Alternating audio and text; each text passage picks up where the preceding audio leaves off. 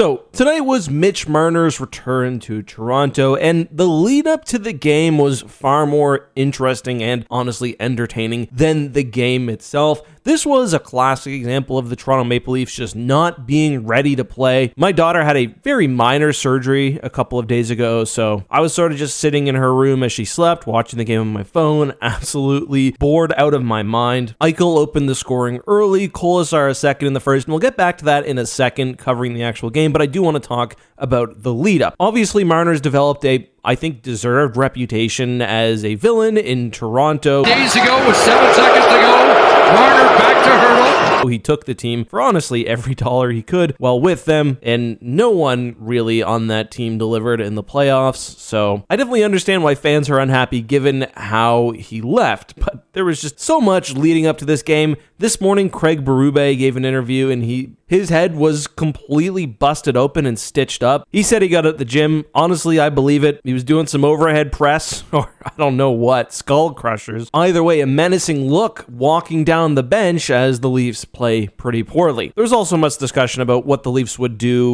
when Marner actually played, and it went exactly as I expected, and I think many expected. They cheered when he got his tribute video, booed him the rest of the game. I think that's appropriate. And before the game as well, Kolasar, who was first down the tunnel, ripped away a Leafs jersey which had Marner's number and said sellout. And I gotta say, of these two teams, I was far more impressed with how Vegas came to play, how they just showed up. Mark Stone gave an interview after the game and he acknowledged this one meant a lot. Obviously, Jack Eichel back to Buffalo. They had some experience with a so-called villain returning back to their team, and honestly, I think Vegas, those sickos, they probably thrive on that. They've been the NHL's villains basically since the start of things. Anyway, Eichel got the first goal. Kolasar made it 2-0 in the first. Tavares got one back after Nyes puts a nice shot on net, which just barely misses. Vegas would end up making it 4-0. Scott Lawton, I think he's been playing great. He missed a penalty shot the other night. Did get one back, then Bobby McMahon made it 4-3 on a play, which was reviewed, but obviously good. However, in the third, Mark Stone put 2 away, including an empty netter, for the eventual 6-3 victory. Marner was left without 0 points. He did contribute on a couple of plays, but not making it to the score sheet. It should be great. The Kolasar goal, a bit weak. The fourth one, the Bowman goal, he just gets beat straight up glove side. You know, I think he'd agree he's got to be better, but he also pointed out the team did not have a whole lot of jump, especially in the first. Anyway, that's all I've got. See you guys next time. Let me know your thoughts on the game, please. Bye-bye.